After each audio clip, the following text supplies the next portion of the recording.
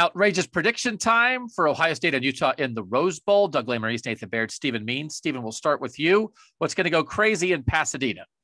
So Jackson Smith-Njigba is 10 catches away from the Ohio State record for most catches in a single season set by Paris Campbell in 2018. He broke David Boston's 20-year record of 85 when he had 90 that year. Jackson's at 80 right now.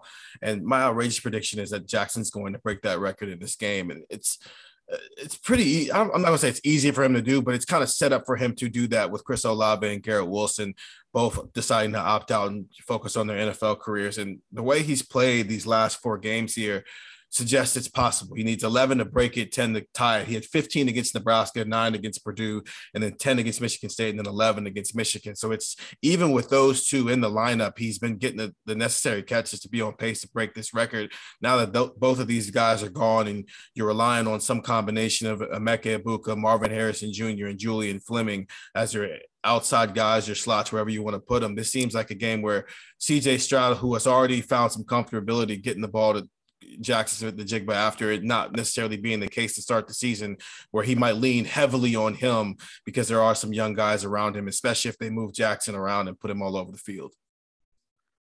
What's the outrageous part of that?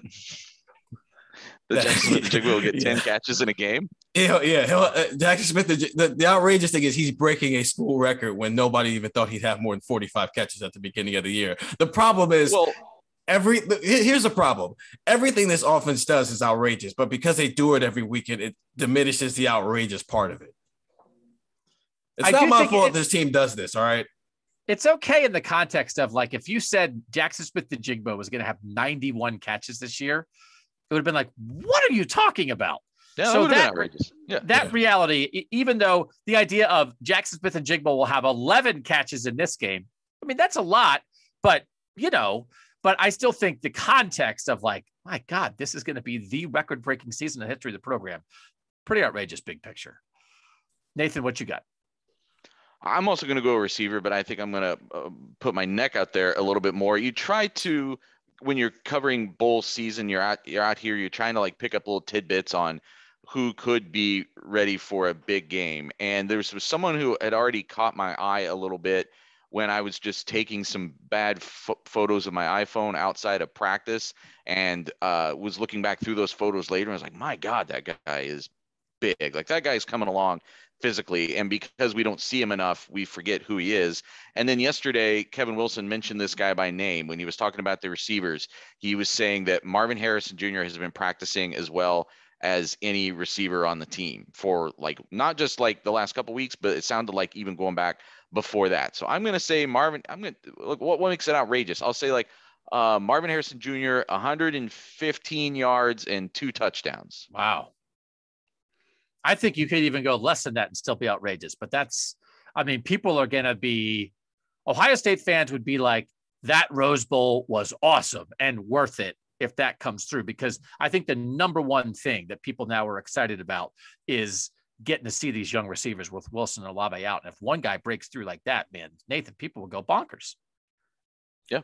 I'm going to be honest with you. The thing that makes that outrageous is I definitely thought you were going to say Emeka, because you've kind of staked your claim there already. So this was your game to do it, and you didn't do it. That's the outrageous part. Yeah, I'm a little hesitant on Emeka just because they say he's healthy, but we'll see. I don't know. All right, so I'm going to keep it old school with my pick, and I'm going to go back to one of the more infamous moments in Buckeye Talk history when Stephen and I had the Jeremy Ruckert discussion about would Jeremy Ruckert have at least 20 catches this season.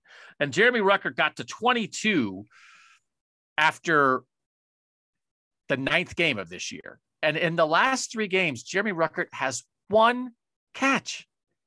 He has 1 catch in the last 3 games. I'm not like, it's almost insulting for real. Like, I'm not joking. I understand this is a high flying passing attack that features the wide receivers. And I think he had at least 1 that was called back by a penalty, right? But it's stunning to me that this guy who was like a major national recruit, who's in his 4th year, just vanished from the passing attack. And I don't know why. And I thought this season went about as bad as it could go for Jeremy Ruckert to have 23 catches at this point. He still got over 20, but I can't I can't believe it. And in a world where Garrett Wilson and Chris Olave aren't playing, like, I think they owe him something. And I don't know if that exists, but like, it's not cool. Like, I don't think it's cool. And I get it. Like, we can joke around about not throwing the tight end. He deserves more. He's better than this. He is. And so you can't force feed guys in this offense, but man, are we serious? 1 catch in the last 3 games? So I'm going to say 5 catches for Jeremy Ruckert. That would tie his high from this year. He had 5 against Indiana. And I don't know, man. Like, if I were Jeremy Ruckert, I'd be a little peeved, like, from a personal standpoint. He's here to win. He's here to help his team. He knows the deal. But I feel like this has been a slightly unjust, Steven. If that matters in a world where, you know what, you're just trying to win, you got to win any way you can win. But man, 1 catch in the last 3 games blows my mind a little bit. And maybe with the other guys out, they'll feed him more. So I'll say 5. What do you think about Ruckert's role last month? I think you won the semantics of that argument because he does have the 23 catches, but my point was right. And the idea of, like, he is not part of this offense in the past. Yeah. I mean, him and Travion Henderson had a bigger impact in the passing game. Now it's by a yard and a touchdown, but still, he's had a bigger impact in the passing game than what Jeremy Ruckert has, which was the whole point of the argument we were having back then. Is like, he's just not a focal point, and is he going to have 20 catches because they're going to play 15 games, or is he going to have 20 catches because that's just how they're going to use him? He's been underused his entire career. And we'll find out just how much he's been underused when he gets to the NFL and whatever team used him. But yeah, this does feel like an opportunity here where you're not really that sure about the wide receivers, even if you have a lot of optimism. You think Travion Henderson will have some impact in the passing game because that's been the case, at least for the back half of the season. This seems like a chance to get Jeremy Ruckert the ball, especially if you get in a situation where you're in the red zone and it's goal line situations where a lot of these tight end touchdowns come from. This is the chance for that to happen. Nathan, what do you think?